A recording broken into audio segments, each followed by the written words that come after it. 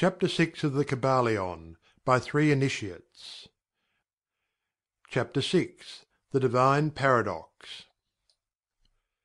The half-wise, recognizing the comparative unreality of the universe, imagine that they may defy its laws. Such are vain and presumptuous fools, and they are broken against the rocks and torn asunder by the elements by reason of their folly. The truly wise, knowing the nature of the universe, use law against laws, the higher against the lower, and by the art of alchemy transmute that which is undesirable into that which is worthy, and thus triumph. Mastery consists not in abnormal dreams, visions, and fantastic imaginings or living, but in using the higher forces against the lower, escaping the pains of the lower planes by vibrating on the higher. Transmutation, not presumptuous denial, is the weapon of the Master. The Kybalion. This is the paradox of the universe, resulting from the principle of polarity which manifests when the All begins to create. Hearken to it, for it points the difference between half wisdom and wisdom. While to the Infinite All, the universe, its laws, its powers, its life, its phenomena, are as things witnessed in the state of meditation or dream, yet to all that is finite, the universe must be treated as real, and life, and action, and thought must be based thereupon accordingly, although with an ever increasing understanding of the higher truth, each according to its own planes and laws. Were the All to imagine that the universe were indeed reality, then woe to the universe, for then there would be no escape from lower to higher, divineward. Then would the universe become a fixity, and progress would become impossible. And if man, owing to half wisdom, acts and lives and thinks of the universe as merely a dream, akin to his own finite dreams, then indeed does it so become for him, and like a sleep walker he stumbles ever around and around in a circle, making no progress, and being forced into an awakening at last by his falling bruised and bleeding over the natural laws which he ignored. Keep your mind ever on the star, but let your eyes watch over your footsteps, lest you fall into the mire by reason of your upward gaze. Remember the divine paradox, that while the universe is not, still it is. Remember ever the two poles of truth, the absolute and the relative. Beware of half-truths. What Hermetists know as the law of paradox is an aspect of the principle of polarity. The Hermetic writings are filled with references to the appearance of the paradox in the consideration of the problems of life and being. The teachers are constantly warning their students against the error of omitting the other side of any question, and their warnings are particularly directed to the problems of the absolute and the relative, which perplex all students of philosophy, and which cause so many to think and act contrary to what is generally known as common sense. And we caution all students to be sure to grasp the divine paradox of the absolute and relative, lest they become entangled in the mire of the half-truth. With this in view, this particular lesson has been written. Read it carefully. The first thought that comes to the thinking man after he realizes the truth that the universe is a mental creation of the All, is that the universe and all that it contains is a mere illusion, an unreality, against which idea his instincts revolt. But this, like all other great truths, must be considered both from the absolute and the relative points of view. From the absolute viewpoint, of course, the universe is in the nature of an illusion, a dream, a phantasmagoria, as compared to the All in itself. We recognize this even in our ordinary view, for we speak of the world as a fleeting show, that comes and goes, is born and dies. For the element of impermanence and change, finiteness and unsubstantiality, must ever be connected with the idea of a created universe when it is contrasted with the idea of the All, no matter what may be our beliefs concerning the nature of both. Philosopher, metaphysician, scientist and theologian all agree upon this idea, and the thought is found in all forms of philosophical thought and religious conceptions, as well as in the theories of the respective schools of metaphysics and theology. So, the Hermetic teachings do not preach the unsubstantiality of the universe in any stronger terms than those more familiar to you, though their presentation of the subject may seem somewhat more startling.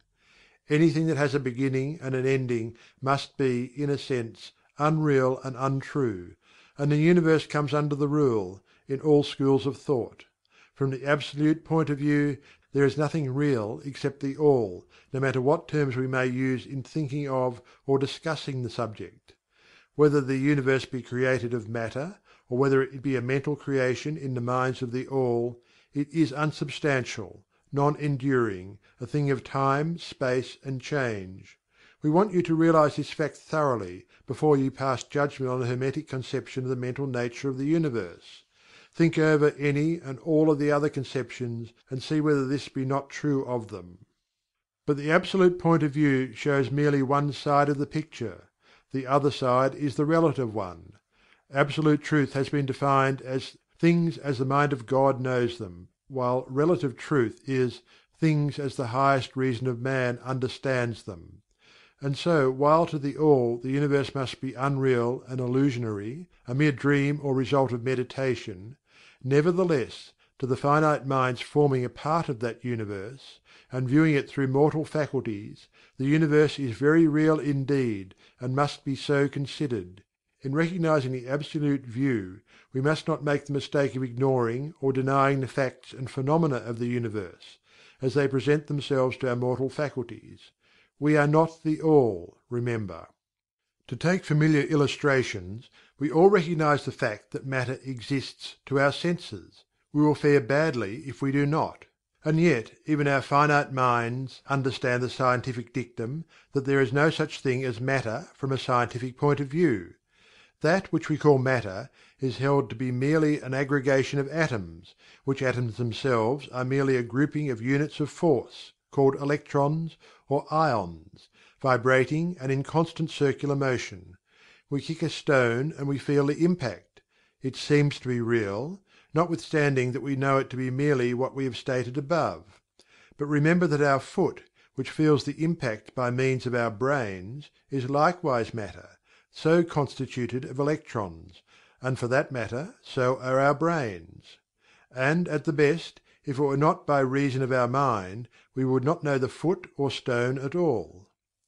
Then again, the ideal of the artist or sculptor, which he is endeavouring to reproduce in stone or on canvas, seems very real to him. So do the characters in the mind of the author or dramatist, which he seeks to express so that others may recognize them. And if this be true in the case of our finite minds, what must be the degree of reality in the mental images created in the mind of the Infinite? Oh friends, to mortals this universe of mentality is very real indeed. It is the only one we can ever know, though we rise from plane to plane, higher and higher in it. To know it otherwise, by actual experience, we must be the All itself. It is true that the higher we rise in the scale, the nearer to the mind of the Father we reach, the more apparent becomes the illusory nature of finite things, but not until the All finally withdraws us into itself does the vision actually vanish. So we need not dwell upon the feature of illusion. Rather let us, recognizing the real nature of the universe, seek to understand its mental laws, and endeavor to use them to the best effect in our upward progress through life, as we travel from plane to plane of being. The laws of the universe are none less iron laws, because of the mental nature. All except the All are bound by them. What is in the infinite mind of the All is real, in a degree second only to that reality itself which is vested in the nature of the All. So do not feel insecure or afraid. We are all held firmly in the infinite mind of the All, and there is naught to hurt us or for us to fear. There is no power outside of the All to affect us, so we may rest calm and secure. There is a world of comfort and security in this realization when once attained. Then calm and peaceful do we sleep, rocked in the cradle of the deep, resting safely on the bosom of the ocean of infinite mind which is the All. In the All, indeed, do we live and move and have our being. Matter is none the less matter to us, while we dwell on the plane of matter, although we know it to be merely an aggregation of electrons or particles of force, vibrating rapidly and gyrating round each other in the formations of atoms. the atoms in turn vibrating and gyrating, forming molecules, which latter in turn form larger masses of matter. Nor does matter become less matter when we follow the inquiry still further, and learn from the Hermetic teachings that the force of which the electrons are but units is merely a manifestation of the mind of the All, and, like all else in the universe, is purely mental in its nature. While on the plane of matter we must recognize its phenomena, we may control matter, as all masters of higher or lesser degree do, but we do so by applying the higher forces. We commit a folly when we attempt to deny the existence of matter in the relative aspect. We may deny its mastery over us, and rightly so, but we should not attempt to ignore it in its relative aspect, at least so long as we dwell upon its plane. Nor do the laws of nature become less constant or effective when we know them, likewise, to be merely mental creations. They are in full effect on the various planes. We overcome the lower laws by applying still higher ones, and in this way only. But we cannot escape law or rise above it entirely. Nothing but the All can escape law, and that because the All is law itself, from which all laws emerge. The most advanced masters may acquire the powers usually attributed to the gods of men. And there are countless ranks of being, in the great hierarchy of life, whose being and power transcends even that of the highest masters among men to a degree unthinkable by mortals. But even the highest master and the highest being must bow to the law, and be as nothing in the eye of the All. So that if even these highest beings, whose powers exceed even those attributed by men to their gods, if even these are bound by and subservient to law, then imagine the presumption of mortal man, of our race and grade, when he dares to consider the laws of nature as unreal, visionary and illusory, because he happens to be able to grasp the truth that all laws are mental in nature, and simply mental creations of the All. Those laws which the All intends to be governing laws are not to be defied or argued away. So long as the universe endures, will they endure. For the universe exists merely by virtue of these laws which form its framework and which hold it together. The Hermetic principle of mentalism, while explaining the true nature of the universe, upon the principle that all is mental, does not change the scientific conceptions of the universe, life, or evolution. In fact, science merely corroborates the Hermetic teachings. The latter merely teaches that the nature of the universe is mental, while modern science has taught that it is material, or, of late, that it is energy at the last analysis. The Hermetic teachings have no fault to find with Herbert Spencer's basic principle, which postulates the existence of an infinite and eternal energy from which all things proceed. In fact, the Hermetics recognize in Spencer's philosophy the highest outside statement of the workings of the natural laws that have ever been promulgated, and they believe Spencer to have been a reincarnation of an ancient philosopher who dwelt in ancient Egypt thousands of years ago, and who later incarnated as Heraclitus, the Grecian philosopher who lived BC 500. And they regard his statement of the infinite and eternal energy as directly in the line of the Hermetic teachings, always with the addition of their own doctrine that his energy is the energy of the mind of the All. With the master key of the Hermetic philosophy, the student of Spencer will be able to unlock many doors of the inner philosophical conceptions of the great English philosopher, whose work shows the results of the preparation of his previous incarnations. His teachings regarding evolution and rhythm are in almost perfect agreement with the Hermetic teachings regarding the principle of rhythm. So the student of Hermetics need not lay aside any of his cherished scientific views regarding the universe.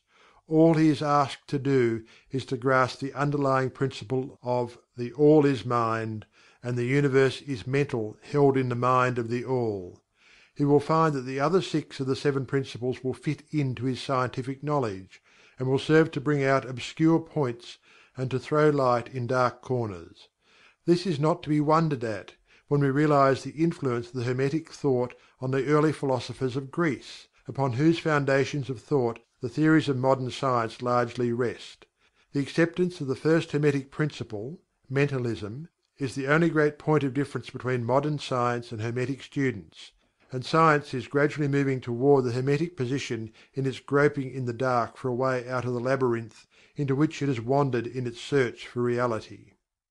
The purpose of this lesson is to impress upon the minds of our students the fact that, to all intents and purposes, the universe and its laws and its phenomena are just as real, so far as man is concerned, as they would be under the hypotheses of materialism or energism.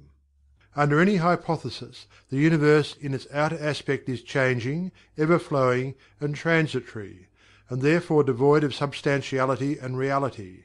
But, note the other pole of the truth, under any of the same hypotheses we are compelled to act and live as if the fleeting things were real and substantial. With this difference always between the various hypotheses, that under the old view mental power was ignored as a natural force, while under mentalism it becomes the greatest natural force. And this one difference revolutionizes life, to those who understand the principle and its resulting laws and practice. So, finally, students all, grasp the advantage of mentalism and learn to know, use and apply the laws resulting therefrom.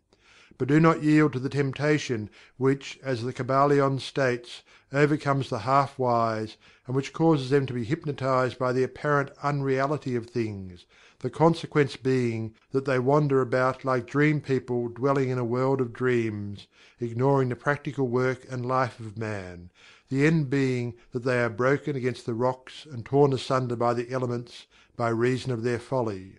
Rather follow the example of the wise, which the same authority states use law against laws, the higher against the lower, and by the art of alchemy transmute that which is undesirable into that which is worthy, and thus triumph.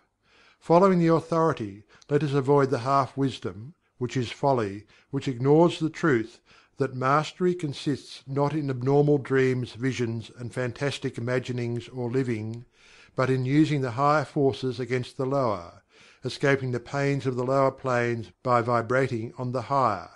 Remember always, student, that transmutation, not presumptuous denial, is the weapon of the Master. The above quotations are from the Kybalion, and are worthy of being committed to memory by the student. We do not live in a world of dreams, but in an universe which, while relative, is real so far as our lives and actions are concerned. Our business in the universe is not to deny its existence, but to live using its laws to rise from lower to higher, living on, doing the best that we can under the circumstances arising each day, and living, so far as is possible, to our highest ideas and ideals. The true meaning of life is not known to men on this plane, if indeed to any, but the highest authorities and our own intuitions teach us that we will make no mistake in living up to the best that is in us, so far as is possible, and realizing the universal tendency in the same direction in spite of apparent evidences to the contrary. We are all on the path, and the road leads upward ever, with frequent resting places. Read the message of the Kybalion, and follow the example of the wise, avoiding the mistake of the half-wise, who perish by reason of their folly. End of Chapter 6 of the Kybalion, by 3 Initiates.